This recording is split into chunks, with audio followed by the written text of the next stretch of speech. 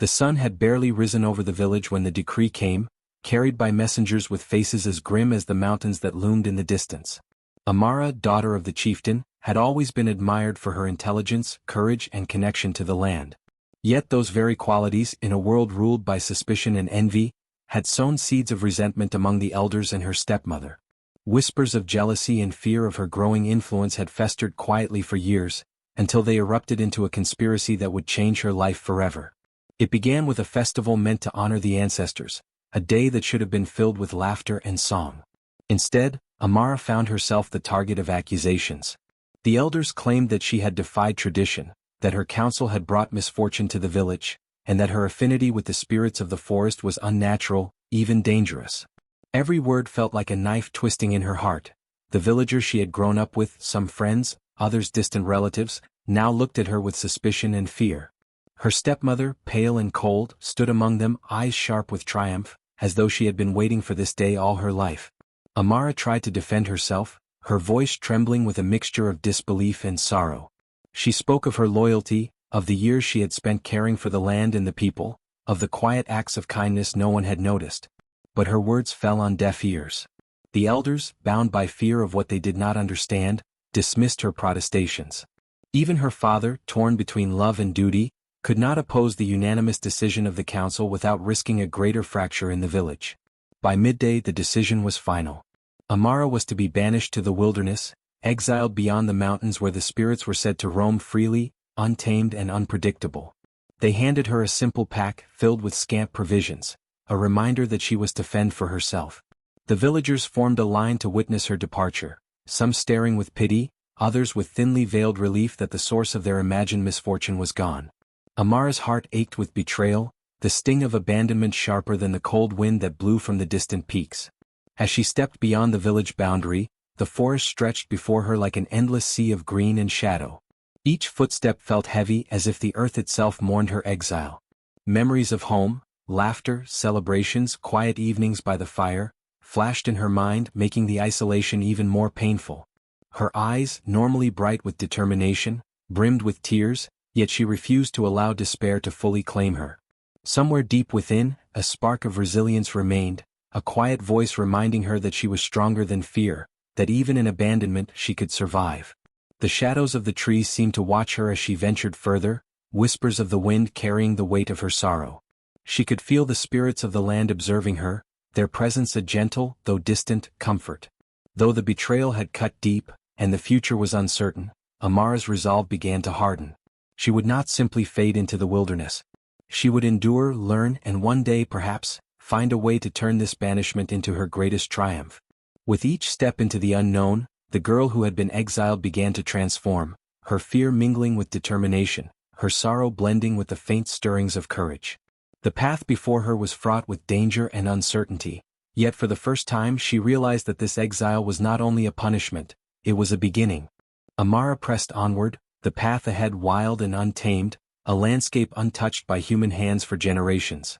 Towering trees stretched their limbs toward the sky, leaves whispering secrets as the wind wove through their branches. The forest was alive in ways she had never known. Animals scuttled unseen, their eyes glinting like shards of amber in the half-light, and streams gurgled over moss-covered stones, singing songs that seemed both familiar and strange. Yet with every step she took, the weight of her exile pressed upon her chest, each breath carrying the bitter tang of fear and uncertainty. The terrain was merciless. Sharp rocks cut her feet despite her worn sandals, and thorny underbrush clawed at her clothes as if testing her resolve. Hidden roots tripped her repeatedly, sending her sprawling onto damp soil, leaving bruises and scratches that throbbed with each movement. Hunger gnawed at her belly, sharp and unrelenting, and the meager provisions from the village dwindled quickly. Each night, she curled beside the roots of ancient trees, shivering against the chill, whispering silent pleas to the spirits she barely understood. The cold was not just a physical presence but a mental one, seeping into her thoughts, turning doubt into shadows that clung to her mind. Yet even in this harshness, the forest offered glimpses of wonder. In the early dawn, sunlight filtered through the canopy in golden beams that danced across the leaves, illuminating delicate webs glistening with dew. Flowers bloomed in hidden clearings, vibrant colors unlike any in the village, their fragrance intoxicating and almost otherworldly. Birds sang in melodies that seemed to echo ancient knowledge, while the streams carried reflections of stars even in the early morning. There was beauty here, fierce and raw, demanding respect, and Amara found herself captivated despite the hardships. As she ventured deeper, she began to notice signs that the wilderness was not merely a place of survival, but of sentience. Stones arranged themselves in patterns that seemed intentional, footprints of animals appeared in impossible formations, and sometimes at the edge of her vision, shadows shifted with a life of their own. One evening, as twilight descended, a faint glow pulsed from between two great oaks, like the heartbeat of the land itself. Hesitant but drawn, Amara approached, and for a moment she felt a warmth unlike fire or sunlight, a presence that filled the air with calm assurance. The spirits, she realized, were observing, not malicious but testing her, guiding her in ways she could barely comprehend. Survival became a constant lesson. She learned to forage for edible plants, identifying herbs with leaves shaped like stars or berries that glimmered faintly under the moonlight. Streams provided water, but not without the knowledge of which currents hid predators beneath their glittering surfaces. Nights were the hardest. The wind howled like a chorus of lost souls, branches cracked and fell without warning, and the unknown dangers of the forest pressed close, forcing her to remain vigilant and resourceful. Hunger and exhaustion were her constant companions, yet each trial sharpened her senses and strengthened her spirit. Amara began to sense patterns in the chaos. The wind carried messages if she listened. The rustle of leaves signaled the approach of creatures both benign and dangerous, and the currents of streams seemed to guide her steps. She discovered that the forest tested not only her physical endurance but her intuition, her patience, and her ability to perceive beyond the obvious. When she mistook a harmless animal for a threat, the forest corrected her, and when she respected its rhythms, it offered subtle gifts, a patch of edible roots here, a hidden grove to shelter her there. But the most unnerving and fascinating aspect of the wilds was the occasional glimpses of phenomena she could not explain. On nights when the moon was full, glowing orbs drifted above the streams, moving with deliberate purpose as though leading her somewhere. Strange murmurs echoed through the cliffs, soft and melodic, almost like voices speaking in a forgotten language. At times, shadows of animals appeared larger than life, their eyes reflecting ancient knowledge, watching her with awareness that defied explanation. These moments stirred both fear and awe, making her question the limits of reality and the extent of the spirit's power. Amara's struggle was not just external but deeply internal. She wrestled with despair and isolation, longing for the village that had betrayed her. She questioned whether she had the strength to endure, whether the spirits who observed her from the unseen realms would ever deem her worthy. Nights stretched endlessly, filled with doubts that gnawed at her resolve, yet she also discovered a burgeoning resilience. With each challenge, whether facing hunger, weather, or shadowed creatures, she grew sharper, more attuned, and increasingly connected to the land around her. In time, the wilderness became both teacher and companion. The raw beauty of the forest tempered her grief, the dangers honed her instincts, and the hints of mystical presence offered hope and guidance. Amara began to see herself not as a victim of exile but as a part of something larger, intertwined with forces that had long shaped the land. She learned to walk softly, to listen, and to move with awareness. Every gust of wind, ripple of water, and shimmer of moonlight became a lesson, each step a bridge between fear and courage, isolation and connection. By the end of her first season in the wilds, Amara had transformed. She was no longer the frightened girl abandoned by her village. She was a survivor, attuned to the pulse of the land, sensing the whisper of spirits and the subtle rhythms of the wilderness. Though challenges remained and dangers lurked in every shadow, she had begun to embrace the magical aura of the wilds. The forest, once an unknown and terrifying expanse, had become a teacher, a sanctuary, and a proving ground. Here, amid hunger, storms, and mystical whispers, Amara was being forged into someone extraordinary, a young woman capable of harnessing the very power of the land, ready to rise above exile and claim a destiny no human betrayal could ever take from her. Amara had been in the wilds for several weeks, each day stretching longer than the last, each night colder and lonelier than she could have imagined. Yet as the harshness of survival became routine, subtle changes began to stir around her, shifts so delicate that at first she questioned her own perception. It started with the wind, which no longer felt random or indifferent. At times it would brush her cheek with a gentle, knowing touch, guiding her along hidden paths, rustling leaves in patterns that seemed purposeful. She began to notice that when she was in doubt about which way to go, the air itself seemed to respond, nudging her toward water, food, or shelter, almost as though it were alive. Soon, whispers followed, faint, barely audible like the murmur of a distant stream over rocks. At first, Amara assumed they were her imagination, the product of isolation and fatigue.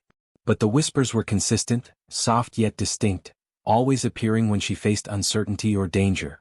They carried no words she could understand at first, only tones and rhythms that resonated within her chest, stirring something deep and instinctive. She realized gradually that these voices belonged to the spirits of the land, unseen presences that had observed her since she stepped beyond the village boundaries. They were not hostile, nor were they completely benevolent. Their intentions seemed deliberate, sometimes challenging her resolve, sometimes offering guidance. One evening, as the sky was painted in shades of violet and crimson, Amara found herself at the edge of a cliff overlooking a cascading waterfall. The roar of the water was deafening, yet beneath it she could perceive a cadence, a harmony that seemed to speak to her directly. Leaning closer to the mist, she felt the gentle tug of unseen hands guiding her attention to a cluster of plants that glimmered faintly in the dying light.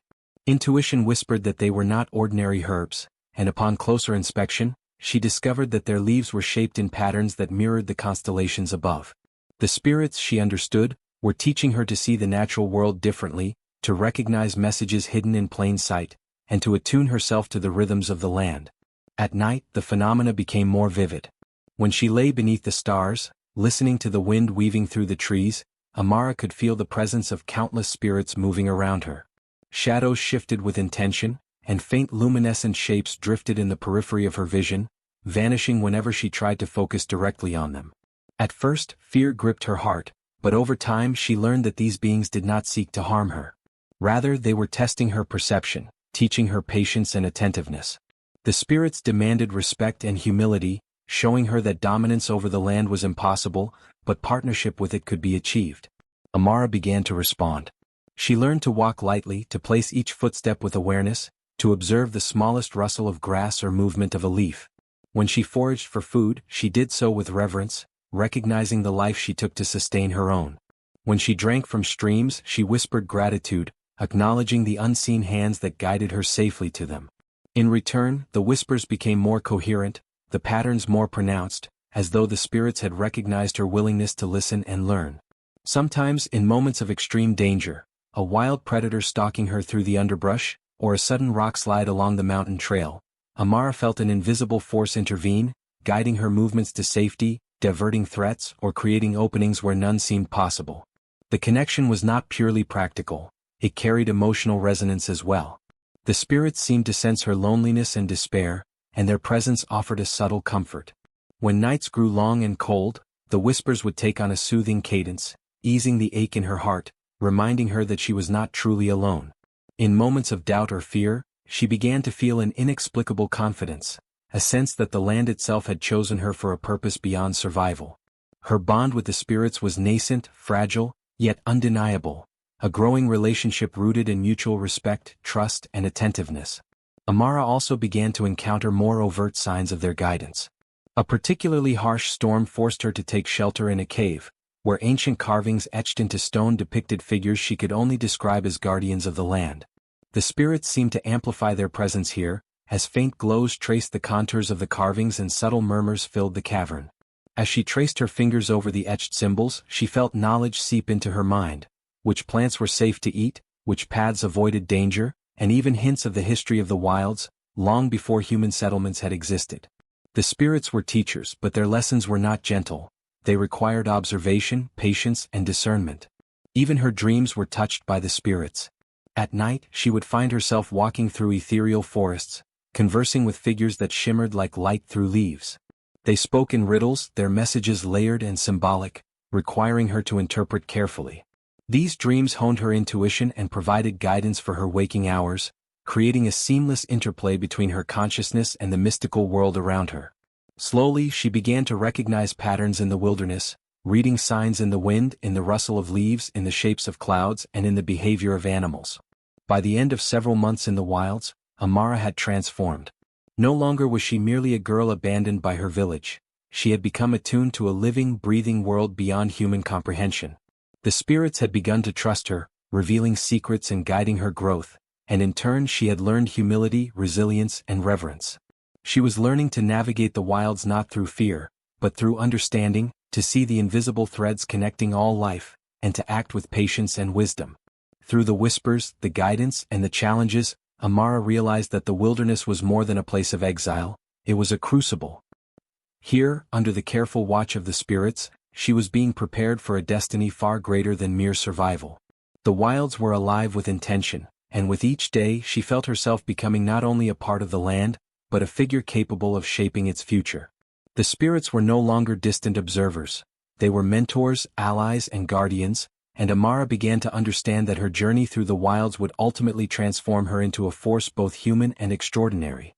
Amara had grown attuned to the whispers of the spirits, yet she soon realized that awareness alone was not enough. The spirits demanded more than observation. They required action, courage, and wisdom. One morning, as pale sunlight filtered through the dense canopy, a new challenge presented itself. A deep ravine blocked her path, its edges unstable and slick with recent rain. Crossing it required not only physical skill but careful judgment, as a single misstep could send her tumbling into jagged rocks below. She measured each step, testing the ground with her staff and listening intently to the subtle guidance of the wind. The spirit's whispers were faint but persistent, urging her to trust her instincts. Heart pounding, she balanced across the narrow ledge, muscles straining, every nerve alert. When she reached solid ground, relief washed over her, but she knew this was merely the first of many trials. Soon after, she encountered creatures she had never seen, beings both magnificent and terrifying. One dusk, a massive wolf with eyes like molten gold blocked her path. Its teeth gleamed, and its fur bristled in the dying light. Amara froze, recalling the lessons of the spirits. Fear could be fatal, but understanding could prevail. Slowly, she knelt, lowering her staff and speaking in the hushed tones the forest seemed to encourage. She extended her hand, offering respect rather than aggression.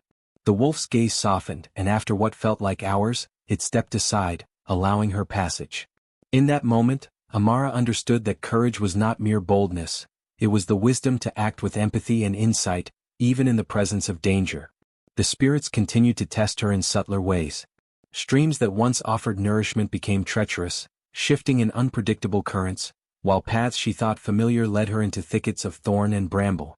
Each obstacle demanded careful thought and cleverness. She learned to craft snares for small animals, not merely to feed herself, but to study their movements and predict natural patterns. She built shelters from materials she scavenged, designing them to withstand storms and conceal her presence from both predators and eyes unseen. The spirits seemed to reward ingenuity, presenting dangers that required her mind as much as her body to navigate successfully. Moral trials accompanied the physical ones. One afternoon she discovered a wounded creature trapped under a fallen tree. Its eyes reflected fear and pain, yet nearby grew a cluster of rare herbs capable of curing it, or they could be collected for her own survival, ensuring sustenance for days. She hesitated, torn between self-preservation and compassion. The whispers grew insistent, almost coaxing, and she realized the choice was hers to make. Kneeling beside the creature, she worked to lift the branches, binding its wounds with strips of bark and medicinal herbs. It limped away, disappearing into the forest, leaving Amara with a profound understanding. Courage was meaningless without empathy, and true strength demanded sacrifice and care for others. Other trials tested her ability to read the unseen, to interpret the intentions of the spirits themselves. One evening, a luminous mist rose from the valley below, forming shapes that hinted at paths and secrets. Missteps would have led her astray into dangerous bogs or cliffs, yet careful attention and reflection allowed her to follow the right course. She began to notice that the spirits did not always provide direct guidance. Sometimes they created confusion, forcing her to rely on her judgment. Doubt tested her patience and resolve, but with each successful navigation her confidence deepened, solidifying the connection between her mind, heart, and the living wilderness. As days turned into weeks, the trials grew more intense. Fierce storms raged without warning, freezing winds biting through her clothes, and torrents of rain swelled rivers into impassable barriers. Each challenge tested her endurance, forcing her to adapt quickly and think strategically. She discovered ways to use the environment to her advantage, finding natural shelters in caves, creating channels to divert water, and learning to read the patterns of animal behavior to predict threats. Every challenge honed her body and mind, shaping her into someone far stronger than she had imagined. But the most profound trials were those of perception and judgment. The spirits sometimes created illusions, paths that appeared safe but ended in peril, animals that were not what they seemed, or sounds that deceive the ear. Amara had to remain calm, observe carefully, and think critically. Each decision carried weight. Hesitation could lead to failure, rashness to disaster. She began to trust not only the whispers but her own instincts, learning that courage often required balancing bravery with patience, action with reflection. Through all these trials, a transformation took place. Amara's fears, which had once threatened to overwhelm her, became tools of insight. Hunger, cold, and exhaustion no longer broke her spirit but strengthened her resilience. She learned to respect the wilderness not as an enemy, but as a teacher, its dangers shaping her mind and heart. The spirit's presence, once distant and enigmatic, became familiar, almost like an extended family guiding her toward a destiny she had yet to understand fully. By the end of the trials, Amara had emerged not only as a survivor but as a figure of profound capability and grace. Her courage had been tested in ways both physical and moral, and she had passed, proving to herself and the spirits that she was worthy of recognition. She had learned to act with wisdom and empathy, to confront fear with ingenuity, and to navigate the wilds with both caution and confidence. The wilderness that had seemed like a prison was now a crucible, forging her into someone extraordinary. Amara paused on a high ridge, looking out over the vast expanse she had traversed. Rivers shimmered below, forests stretched endlessly, and the wind carried whispers of approval. She felt a deep connection to the land and its unseen guardians, a bond born of trial, perseverance, and courage. The girl who had been banished was no longer merely a victim of circumstance. She was becoming a force of destiny, prepared for the greater purpose the spirits had envisioned. In the quiet of the wilderness, amid challenges that would have broken others, Amara had discovered her true strength, and the world around her seemed to acknowledge it, bending subtly to the resolve of one who had faced the trials of courage and emerged transformed. Amara's trials had tested every fiber of her being, and the spirits had been watching closely. One morning, as sunlight spilled through the canopy and illuminated the forest floor in gold, she noticed subtle changes in herself, an awareness, a perception that went beyond ordinary senses. Where once she struggled to identify edible plants or hidden dangers, now she seemed to sense them intuitively. The whispers of the spirits had evolved into something more tangible, guiding her hands to herbs with healing properties, warning her of plants that were poisonous, and teaching her the delicate balance of life in the wilds. It was as though the land itself had opened its secrets to her, trusting her to use them wisely. The first gift was knowledge. Amara discovered that certain roots, when crushed and mixed with water, could soothe pain or heal wounds. Leaves with subtle fragrances could calm frayed nerves or repel insects. Streams that had once seemed ordinary now shimmered with clarity, revealing currents that held medicinal algae and minerals. With this understanding, she could sustain herself more effectively, creating simple remedies for fatigue, injury, or sickness. Her survival was no longer a struggle against nature but a harmonious exchange with it. Next came the gifts that transcended the physical. She began to feel a subtle command over the elements around her, the rustling leaves, the shifting winds, and even the gentle flicker of light through the trees. On days when storms threatened, she found she could anticipate their movements, navigating safely through the forest. Sometimes, when she raised her hands toward a flickering fire in a hearth of her own making, the flames would dance more obediently, responding to her intent.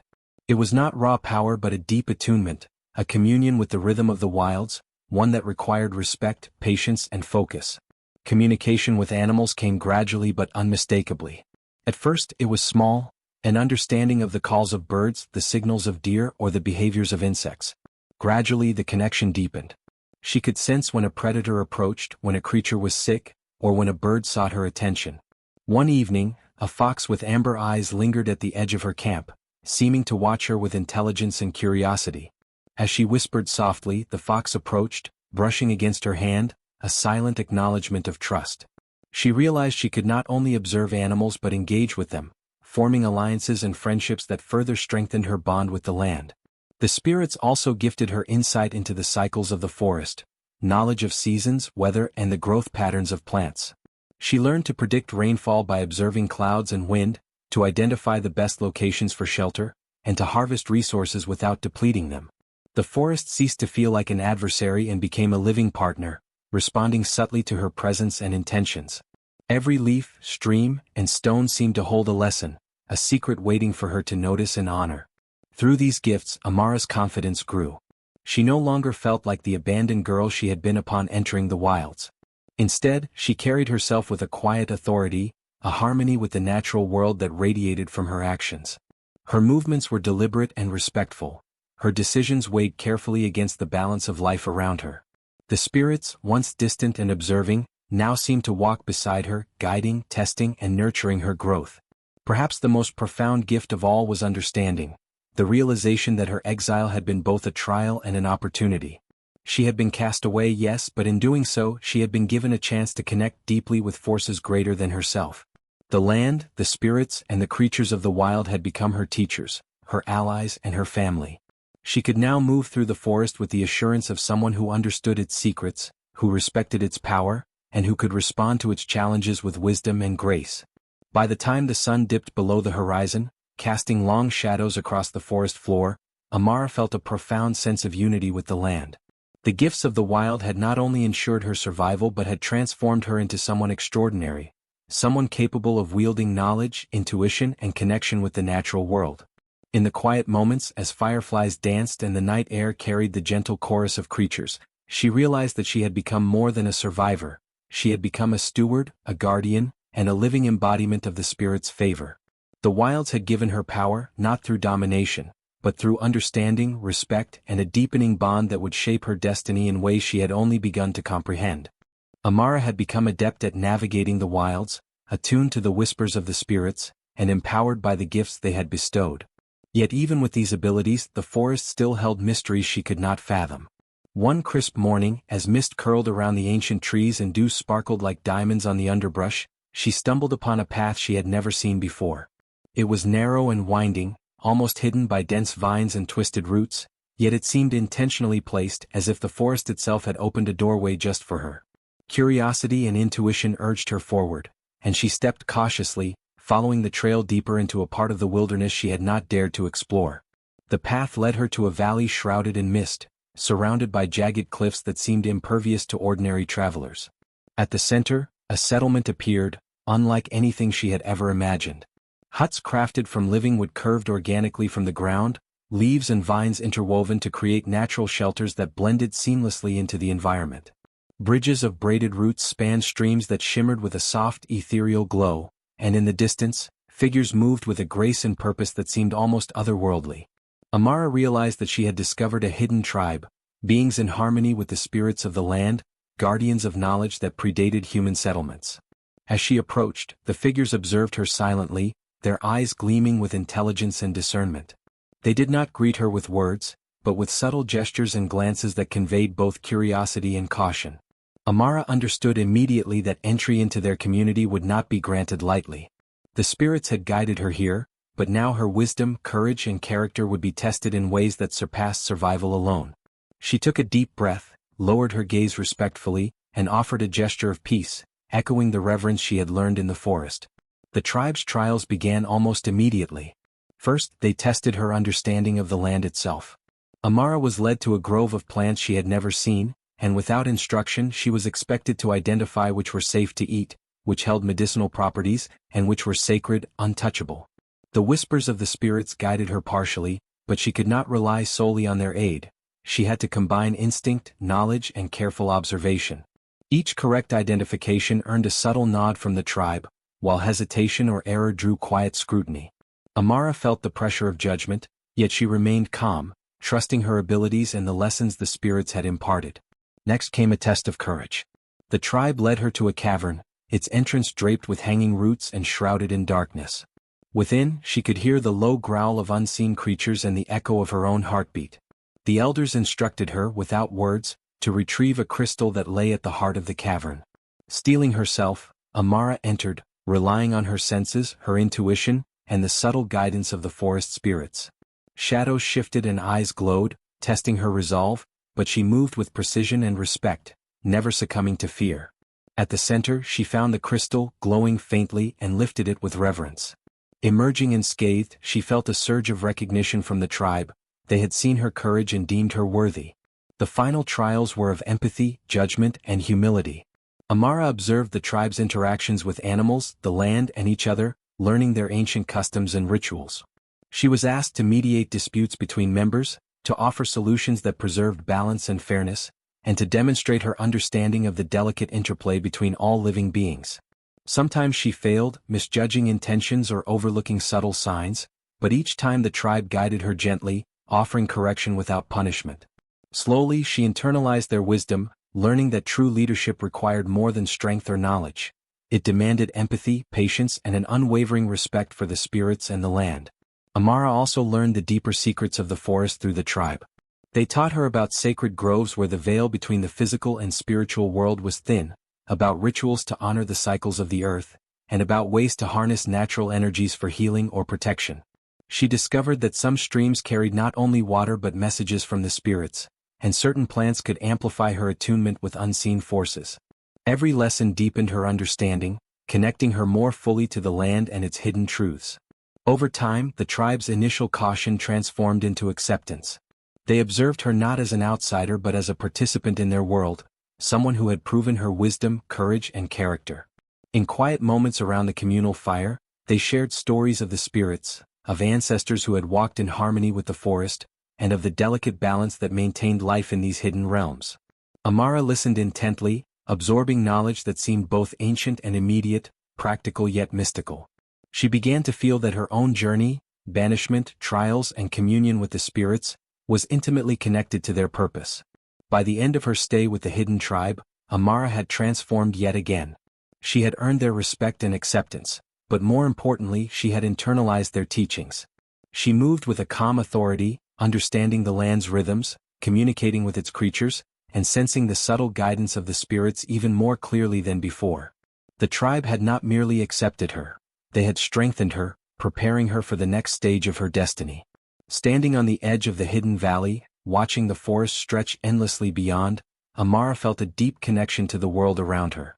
The whispers of the spirits, the lessons of the wilderness, and the knowledge and traditions of the hidden tribe had merged within her, creating a woman of extraordinary insight, courage, and harmony. She understood now that her banishment had been a crucible, the wilds a teacher, and the spirits her guides. The hidden tribe had offered her more than acceptance. They had shown her a path to becoming a queen of the land, someone capable of wielding the power and wisdom of the wilds not through domination, but through understanding, respect, and deep connection with the living world around her. The whispers of the spirits had long since guided Amara to mastery over the wilds, and her connection with the hidden tribe had deepened, making her a figure of reverence and strength. Yet even in the sanctuary of the untamed forest, she could not escape the consequences of the world she had left behind. Word traveled faster than she could have imagined, carried by traders, wandering travelers, and sometimes even whispered by the spirits themselves, who seemed aware that human affairs could never be entirely separated from the natural world. The people who had banished her, those who had once cast her into exile with cruel indifference, had heard rumors of her survival. At first, the news seemed distant, almost inconsequential. Amara had faced the harshest winters, battled hunger, and survived creatures that stalked the shadows. Compared to those trials, mere human envy and ambition seemed trivial. Yet as the days passed she became aware of signs. Footprints too deliberate to belong to ordinary hunters, tents pitched in secret clearings near the edge of the forest, and faint smoke rising where no travelers should be. The village she had left behind, the very people who had scorned her, were moving toward her territory with purpose. They came not with reconciliation but with the intent to punish, to reclaim what they believed they had lost, and to suppress the very power she had nurtured in exile. The betrayal cut deeper than any winter storm because it was not merely about survival, it was about power. The leaders who had orchestrated her banishment feared the tales of her transformation. They feared the whispers of spirits now aligned with her, the skills she had acquired, and the alliances she had formed with the hidden tribe. The same hands that had once cast her out now plotted to end her influence before it could grow. Yet, in every shadow of potential violence, Amara felt not just the looming threat but the growing determination of a woman who had been tempered by isolation and empowered by understanding. Messages arrived in subtle ways. A bird carrying a scrap of cloth, a leaf etched with symbols she had learned from the tribe, even the wind seemed to deliver the cadence of distant voices plotting against her. Through these signs, Amara realized that her enemies were organized, resourceful, and relentless. They were determined to undermine her, perhaps even destroy the balance she had cultivated in the wilds. This revelation brought a chill that even the spirit's warmth could not entirely dispel, for human malice was a force she had not fully contended with until now. It was different from hunger, from storms, from predators. It was cunning, deliberate, and merciless. The shadow of betrayal weighed heavily on her, testing not just her strength but her judgment. She had grown accustomed to relying on intuition and the guidance of spirits, but human schemes were far more unpredictable than the patterns of the wild. Every night, as she slept beneath the canopy of the hidden tribe's valley, she dreamt of the village elders who had orchestrated her exile, their faces twisted with fear and greed, their hands reaching toward her as if to drag her back into a world that had long since rejected her. These dreams, vivid and haunting, reminded her that survival alone was no longer sufficient. She needed strategy, foresight, and alliances stronger than any she had forged thus far. Despite the fear that tugged at her heart, Amara felt no despair. Instead, she understood that the betrayal itself was part of the journey the spirits had prepared for her. The wilds had taught her courage, resilience, and empathy. Now the challenge was to apply those lessons against human cunning. She began to study her surroundings not just for sustenance, but for tactical advantage. The paths hunters might take, vantage points where she could observe unseen, and natural barriers that could be used to protect herself and her allies. The spirits whispered guidance, but it was her wisdom, honed through months of trials, that allowed her to interpret and act decisively. The hidden tribe became her advisors and allies in this confrontation.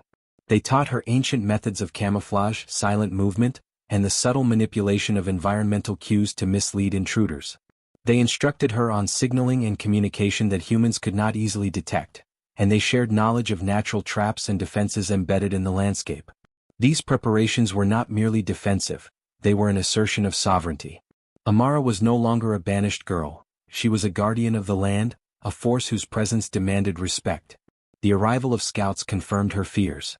From the ridge above, she observed a contingent of riders, cloaked and cautious, moving with precision toward the forest's edge. They carried weapons, symbols of authority, and intentions clear in their eyes, to subjugate or destroy. Yet, as she watched them, Amara also observed her own strength, the skills she had cultivated, and the creatures and spirits aligned with her. The balance was no longer one-sided. The forest itself seemed to pulse with protective energy, a living ally ready to respond to any threat. The tension escalated as she realized the stakes. The shadow of betrayal was not merely personal, it was a test of the delicate harmony she had built between the spirits, the hidden tribe, and the land itself. Any misstep could result in devastation not just for her but for the forces she had bonded with. Yet this looming danger also revealed an unexpected truth. Her power was no longer hidden, her influence undeniable, and the wisdom she had gained from her trials had forged a mind capable of responding with strategy, courage, and subtlety. Amara began planning her response, not with hatred or vengeance, but with a clarity born of understanding. The spirit's whispers grew insistent, guiding her to anticipate every move, to manipulate perceptions, and to assert authority without unnecessary cruelty. She recognized that confrontation was inevitable, yet it would not be rash or reckless. The betrayal had arrived, but it would not break her. It would define the next stage of her journey, cementing her transformation from a cast-out exile to a figure whose wisdom, courage, and alignment with the spirits made her unstoppable. As night fell over the forest, the first flickers of torchlight appeared in the distance, marking the advance of those who had betrayed her. Amara stood at the edge of the valley, wind tugging at her hair, eyes reflecting the glow of distant stars. She felt the presence of the spirits, the silent vigilance of the hidden tribe, and the confidence born of her trials. The shadow of betrayal loomed, but she was no longer the powerless girl abandoned to the wilderness. She had grown into someone the land itself had chosen, and her enemies, no matter how cunning, would face not just a survivor, but a queen shaped by the whispers, the trials, and the unyielding strength of the wilds. Amara stood atop a high cliff, the wind carrying whispers that felt both familiar and urgent. The shadow of betrayal had passed, and while the threat of human adversaries lingered at the edges of her mind, she turned her focus to the deeper purpose that the spirits had long hinted at. Their presence, once subtle and elusive, became clearer now, manifesting as currents of energy that moved through the trees, brushed against her skin, and seemed to hum with quiet authority. She understood that her journey through hardship, survival, and the hidden tribe's teachings had all been a preparation, a forging of her spirit for a role far beyond mere survival. The spirits revealed that she was to be a bridge between the human world and the mystical forces of the land. Her exile had been both punishment and gift, a way to strip away fear, doubt, and dependence on others, leaving only clarity, courage, and the ability to perceive truths unseen. In quiet moments by streams, where the water reflected her image and the light danced with unseen patterns, she began to sense her connection to the elements and creatures around her as more than companionship, it was stewardship. She could hear the subtle laments of rivers, the messages carried by the wind, and the murmurs of animals who had accepted her as a guardian. Through visions, the spirits showed her past leaders, humans who had failed to honor the balance of the natural and spiritual realms, and the consequences of their neglect. She saw forests withering, rivers stagnating, and animals fleeing as harmony was broken. Then she witnessed those rare figures who had respected the unseen forces, creating a legacy of balance and wisdom. Amara realized that her exile had mirrored these lessons. The world had cast her away, yet the land had recognized her potential. Her suffering had been training, refining her empathy, insight, and strength so that she could prevent imbalance rather than suffer from it. The spirits guided her to understand her responsibilities, to mediate when humans threatened the forest, to teach those willing to learn, and to ensure the mystical and natural realms coexisted in harmony. Her gifts, the knowledge of herbs, the communion with animals, and the subtle manipulation of natural elements, were not merely for personal survival. They were tools to maintain equilibrium, to protect life, and to embody the wisdom of the wilds. She understood that her authority derived not from fear or domination, but from service, respect, and alignment with forces greater than herself. In that moment, clarity washed over Amara. Her exile, the betrayal of her family, the trials of the wilds, and the teachings of the hidden tribe were all threads woven into a single purpose. She was no longer simply a survivor. She was a guardian, a mediator, a queen whose power was measured not by conquest but by understanding and protection. The spirit's guidance illuminated the path forward, showing her that her destiny was to unite the human and mystical worlds, to serve as a living testament to the strength and wisdom that emerges from hardship, and to ensure that the land and its secrets would thrive under her care.